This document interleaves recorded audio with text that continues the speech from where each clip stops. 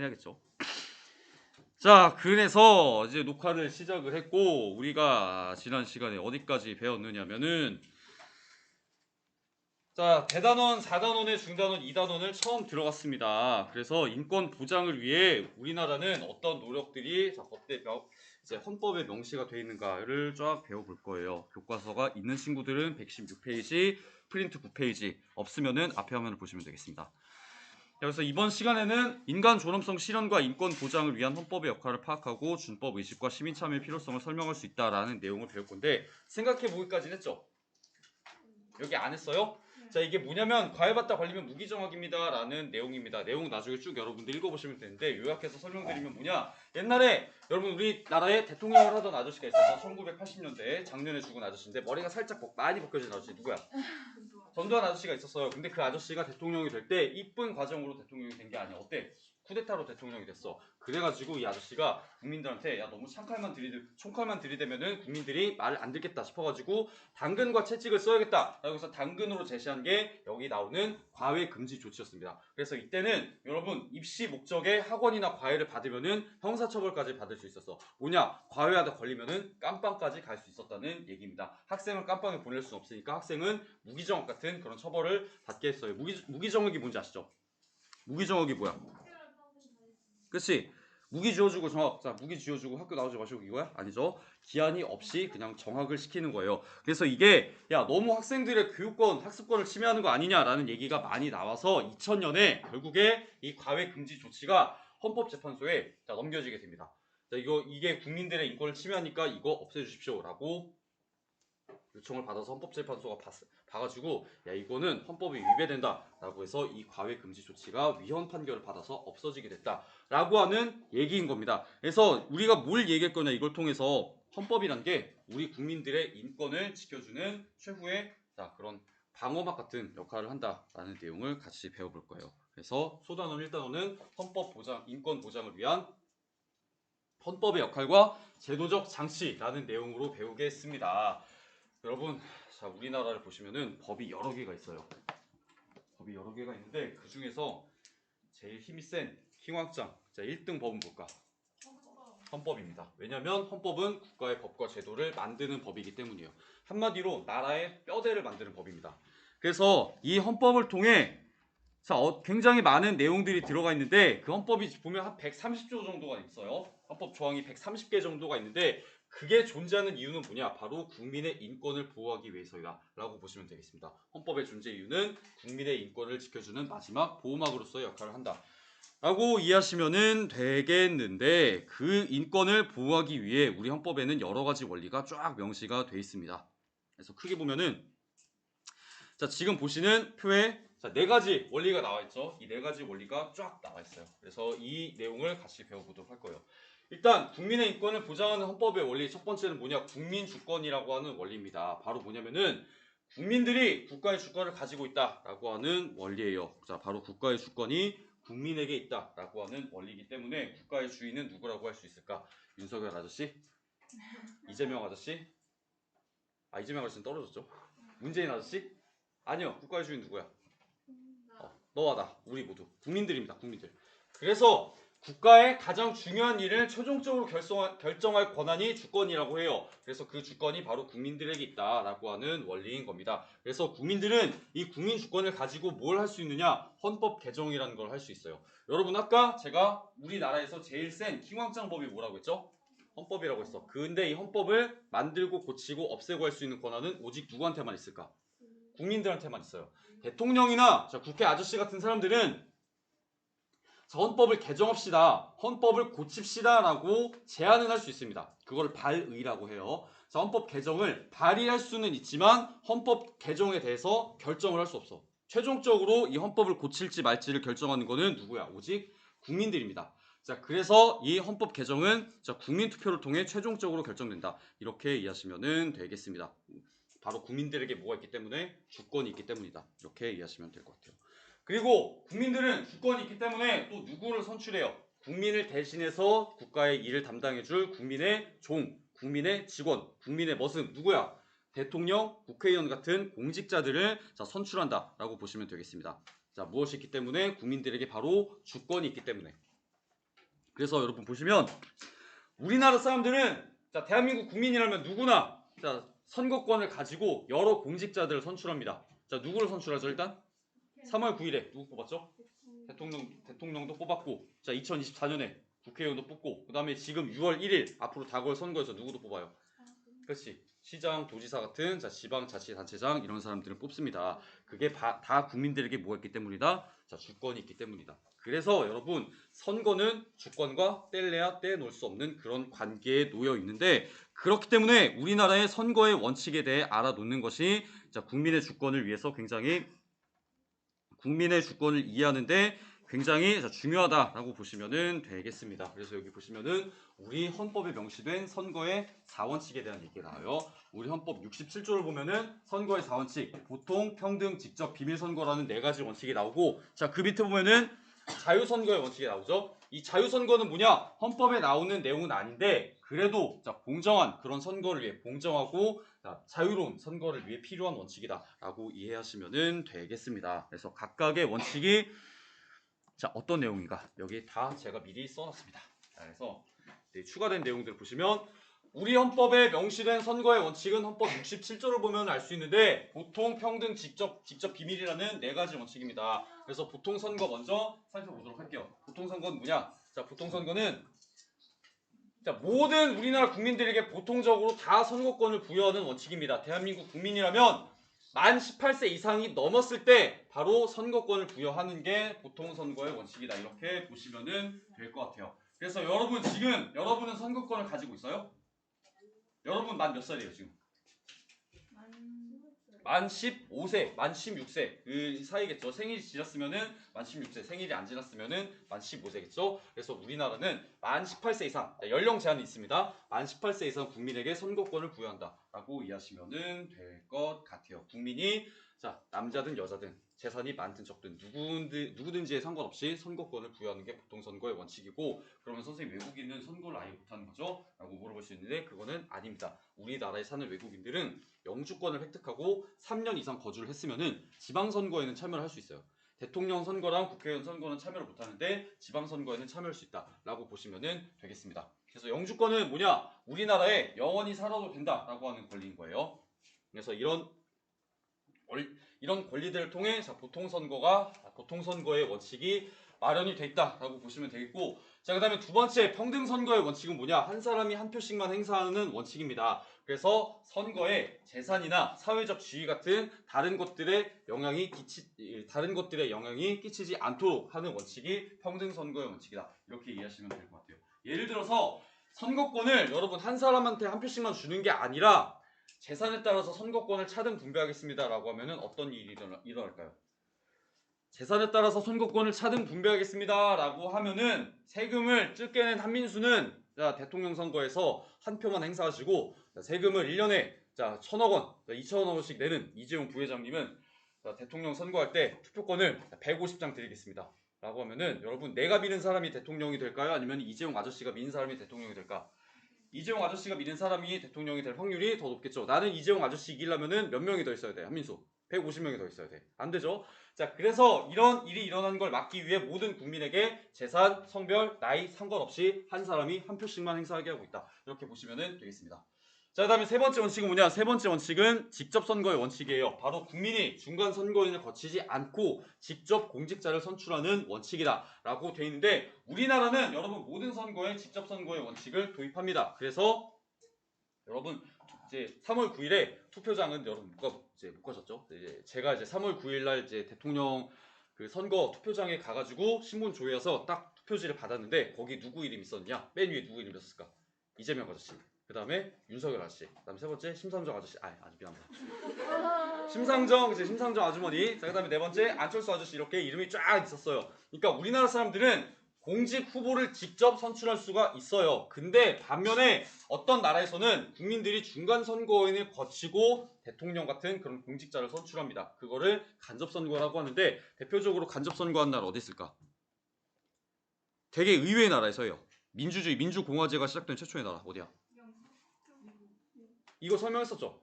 설명하지 않았나? 했었죠? 그렇죠? 미국이란 나라가 민주공화제랑 대통령제를 최초로 실현한 나라다. 이거 설명했었죠? 안 했어요? 했어요? 했어요 안 했어요? 했었죠.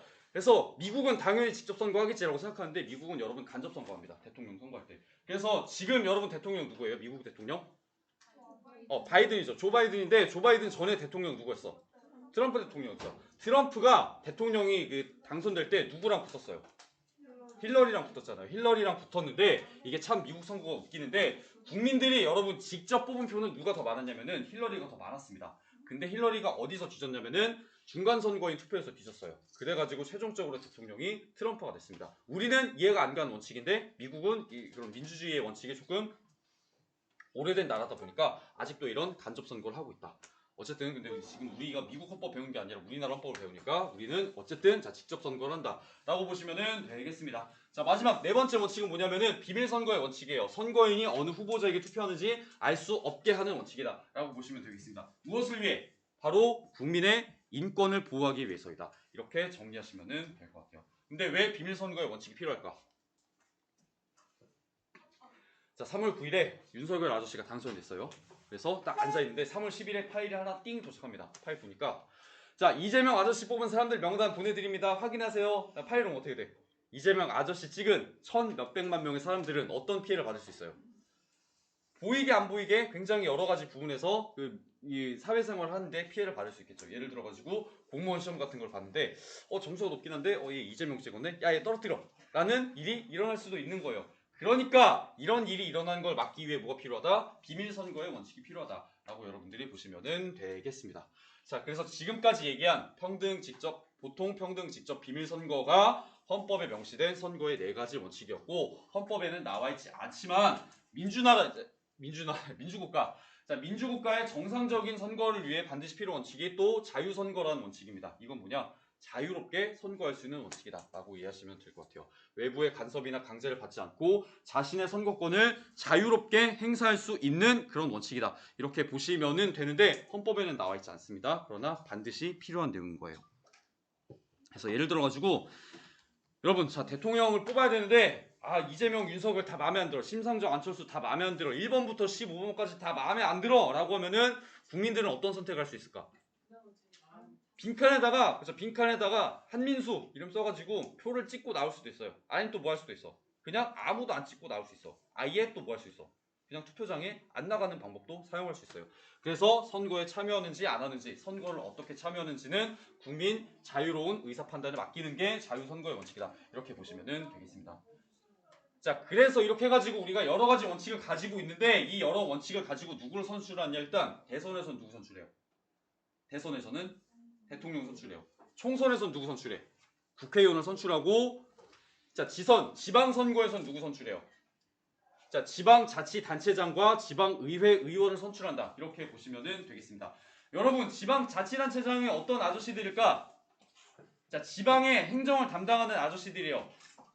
자 지방자치단체장 어떤 아저씨들이야? 자 누구야? 지자체장 누구예요 여러분? 경기도에는 누구 있어? 경기도의 행정을 담당하는 누가 있어요? 경기도지사가 있고 그쵸? 성남에는 성남시 행정을 담당하는 누가 있어? 성남시장이 있고 분당구에는 또 누가 있어요? 분당구의 행정을 담당하는 분당구청장이 있어요. 그래서 이런 도지사, 시장, 군수, 구청장 같은 사람들이 지방자치단체장이고 그래서 이 사람들이 어떻게 보면은 지방의 대통령 같은 역할을 하는 사람들입니다. 그러면은 지방에 대통령이 있으면은 누구도 있어야 돼? 지방에 국회도 있어야 돼요.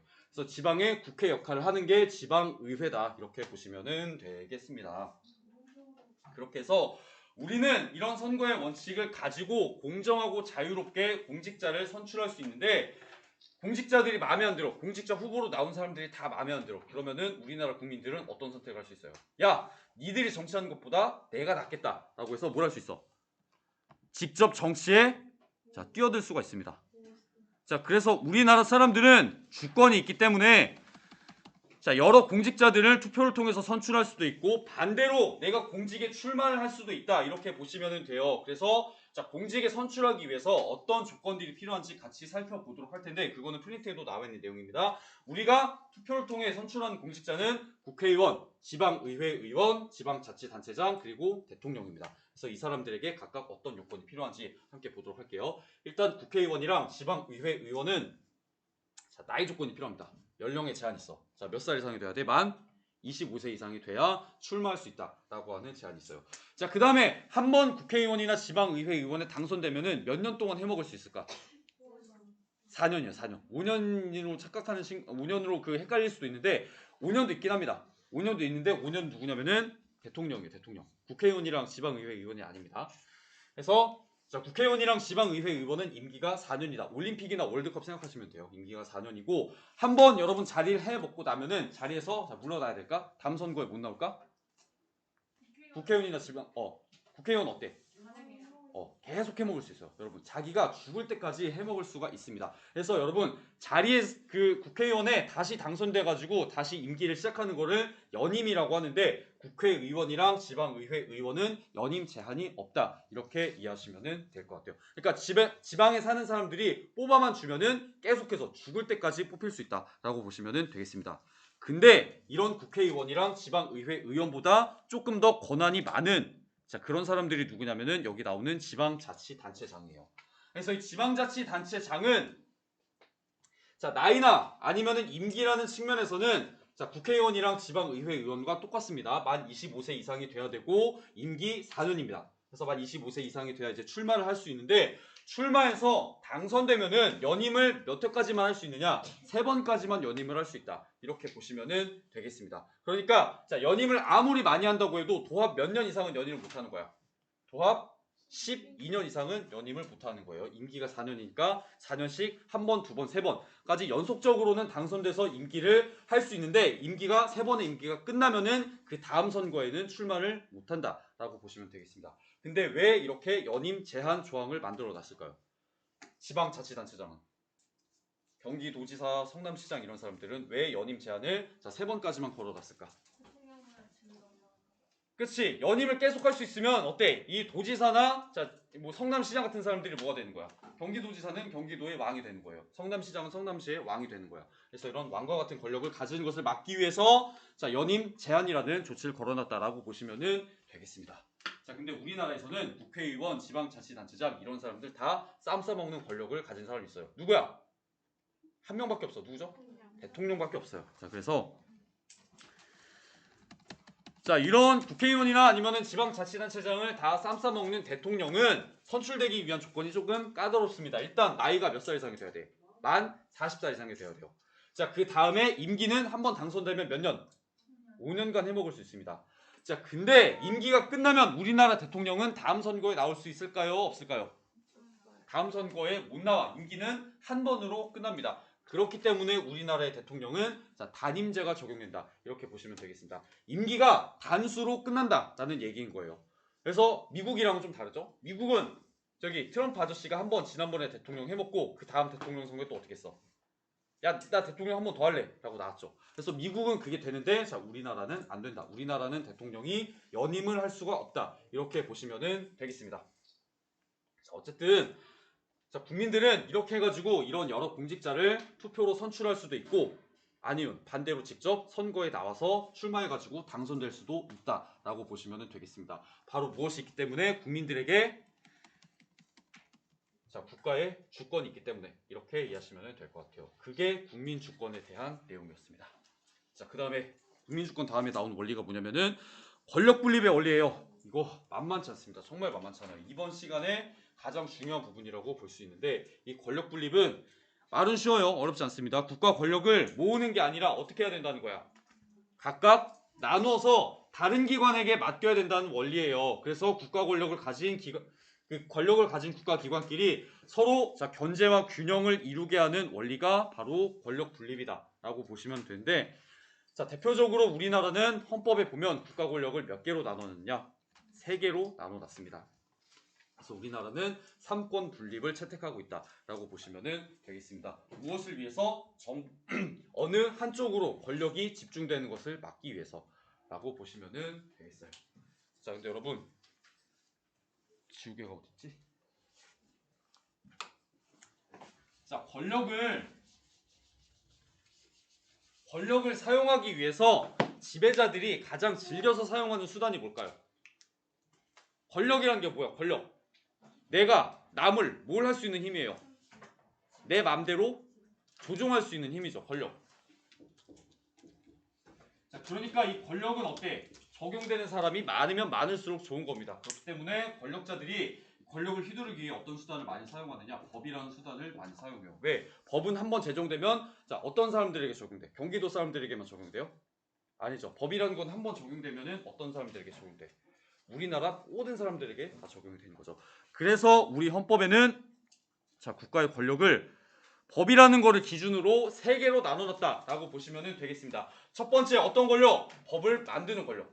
그 다음에 두 번째 법을 집행하는 권력. 자, 그 다음에 세 번째 법을 적용해서 해석하는 권력. 이 세 개로 나눠진다라고 이해하시면 될 것 같아요.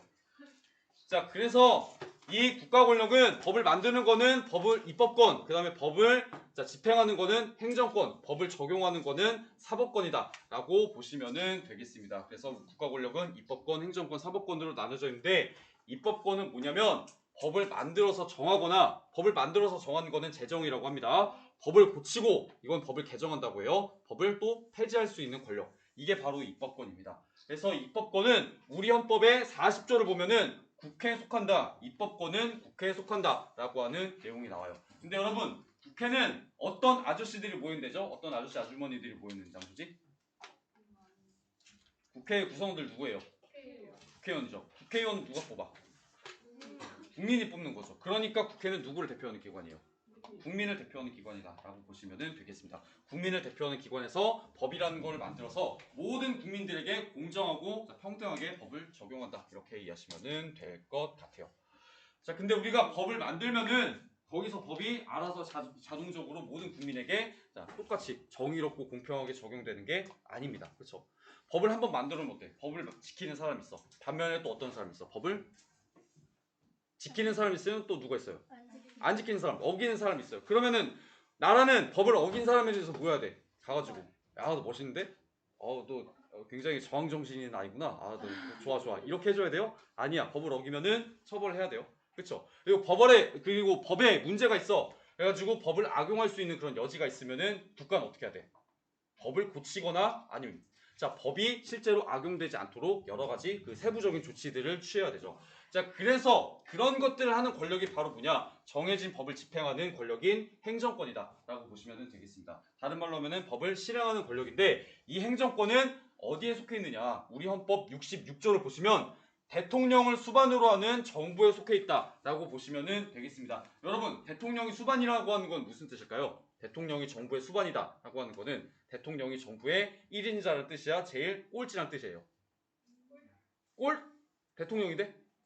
대통령이 정부의 뭐야? 1인자라고 하는 뜻입니다. 그래서 행정권은 대통령을 1인자로 하는 정부에 속하는 권력이다. 이렇게 여러분들이 이해하시면 되겠습니다. 자, 그리고 이렇게 법을 만들어서 집행해가지고 국가를 운영을 해 나가요. 이제 국가를 운영해 나갈 때 어떤 문제가 생기느냐? 자, 개인들 간에 여러 가지 분쟁이 발생하는 경우가 생깁니다.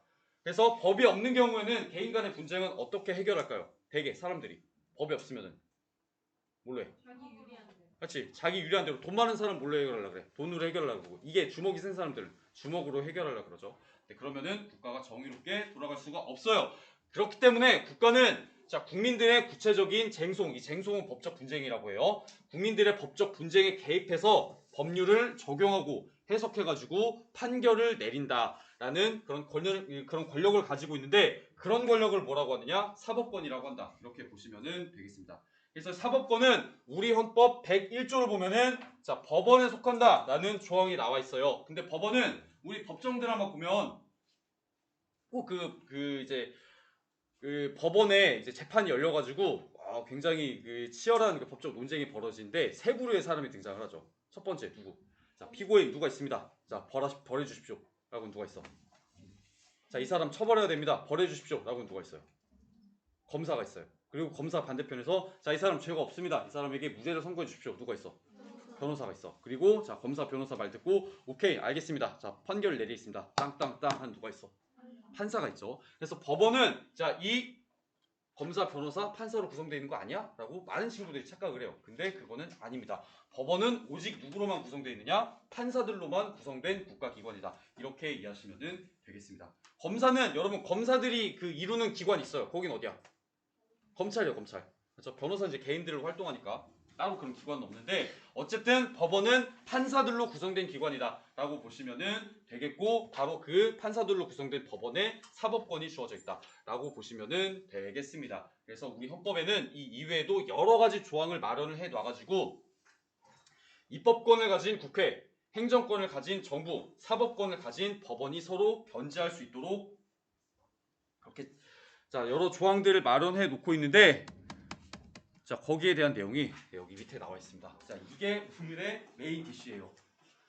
자 이게 뭐냐 헌법과 법률에 명시된 입법권, 행정권, 사법권의 자 견제 수단에 대한 내용이다라고 보시면 되겠습니다. 근데 제가 이 설명을 괜히 추가한 게 아니라 여러분 교과서 117페이지 주제 탐구하기를 보시면은 그 활동이 하나 나와요. 자 그래가지고 제가 이걸 넣을까 말까 진짜 고민을 많이 하다가 넣었는데 이게 좀 중요한 내용이기 때문에 넣습니다. 자, 그래서 한번 살펴보도록 할게요. 자 그러면 우리 헌법에는 정부랑 국회랑 법원이 서로 어떻게 견제하도록 장치를 마련해 놨나 함께 보면은 일단 행정권 견제 수단을 보겠습니다. 여러분 행정권을 가지는 거는 국회, 정부, 법원 셋 중에 어디라고 했었죠? 행정권을 가지는 건 어디야? 행정권은 어디 속한다고 했어요? 아까 대통령을 수반으로 하는 누구? 정부에게 있다고 했었죠. 행정권 견제 수단은 정부를 견제하는 수단입니다. 자, 그래서 정부를 국회가 어떻게 견제하는지 보면은 이건 2개 정도 설명하면 마무리되겠다. 자, 대통령을 수반으로 하는 정부를 국회는 어떻게 견제하는가 그 수단들을 살펴보면 일단 국회는 국정감사 및 조사권을 가지고 정부를 견제한다라고 보시면 되겠습니다. 이 내용은 우리 헌법 61조에 나와 있는데 이건 뭐냐? 국회가 정부가 일을 똑바로 하는지 안 하는지를 감시하는 권한이다라고 보시면 돼요. 근데 여러분 국정감사랑 국정조사 내용이 말이 굉장히 비슷해요. 그래서 차이점을 잘 구분하기 어려운데 자, 국정감사랑 조사는 정기적이냐 비정기적이냐라고 하는 시기의 차이가 있다라고 보시면 되겠습니다. 그래서 국정감사는 여러분 매년 정해진 그 기간이 있습니다. 매년 9월에 우리나라는 이제 매년 9월에 국정감사를 이제 시작해가지고 정부의 여러 부서들 있죠. 정부의 외교부, 교육부, 이제 문화체육부 이런 데서 일을 제대로 안 하는지 안 하는지 그거를 감시하는 거고 그다음에 국정조사는 뭐냐면 나라에 큰일이 생겨요. 예를 들면은 세월호 사건이라든가 아니면은 뭐 최순실 게이트 같은 이런 사건이 터졌을 때 야 그러면 정부는 뭐 하고 있었느냐 이런 국가적으로 큰일이 있었을 때 정부는 자 무슨 일을 했고 자 일이 옳은지 그른지를 따지는 게 국정조사다라고 보시면 되겠습니다. 그러니까 국정감사는 정기적인데 국정조사는 비정기적일 수밖에 없는 거겠죠. 세월호 사건 같은 게 여러분 우리가 그 시기를 두고 텀을 두고 터진 게 아니잖아요. 그렇죠? 그렇기 때문에 국정감사와 국정조사는 자, 시기의 차이가 있다라는 점을 알아두고 넘어가시면 되겠습니다. 그래서 자, 두 번째 나오는 자, 일단 우리가 자, 국정감사 및 조사권에 대한 내용을 살펴봤는데 그 뒤에 나오는 국무총리 임명 동의권은 6교시에 하도록 하겠습니다. 네. 한 번에 보이게. 이거는 따로 프린트 없습니다. 설명을 하는 거니까 나올 수 있겠죠? 올려주시면 돼요. 올릴 수는 없어요. 사진 찍는 거는 돼요. 야, 저 찍어서 하면 올려줘. 내가 이거 원래 찍는 것도 될까 말까 올려줄게. 할까 말까 고민했는데 주위에 안 보이는 친구들이 있어가지고. 아 그래. 근데 네. 아까 위에 것도 아까 위에 거 있었나? 네. 아 위에 게 있었죠? 밑에도 있어요. 네네 그거요. 아 왜 이렇게 많아? 많아. 아 이게 내용이 많다고 그랬잖아요 제가. 근데 왜 마지막에? 근데 왜 안 올려주세요? 이거까지 올려주면은 너무 내가 다 이렇게 아 교과서에 있어요? 교과서에 위에 교과서 여러 활동에 들어가 있는 내용이라 한 거예요. 내려줄 수 있어. 근데 교과서에는 설명이 되게 빈약하게 돼 있어가지고 이거를 보충 설명을 할 수밖에 없어서 한 건데. 위에. 네, 자 이거 찍으시면 되죠? 잠시만. 네.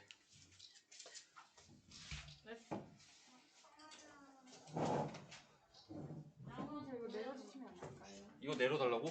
안에 있는 거. 뭘 내려줘? 아래 있는 입법권 전제수단 밑에 보이냐? 이렇게? 네. 저 밑에도 있어요? 밑에도 있습니다. 있는 거는 이제 6교시에 설명할 때 하도록 하겠습니다. 아휴. 아유.